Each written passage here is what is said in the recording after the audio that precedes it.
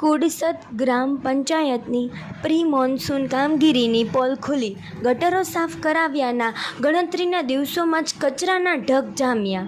પંચાયત દ્વારા JCB machine તેમજ ટ્રેક્ટરો દ્વારા ગટરો સાફ કરવામાં આવી હતી.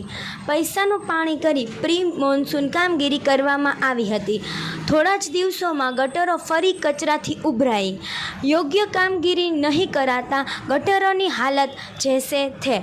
કુડસદ ગ્રામ પંચાયતે પૈસાના પાણી સાથે બુદ્ધિનું પ્રદર્શન કર્યું.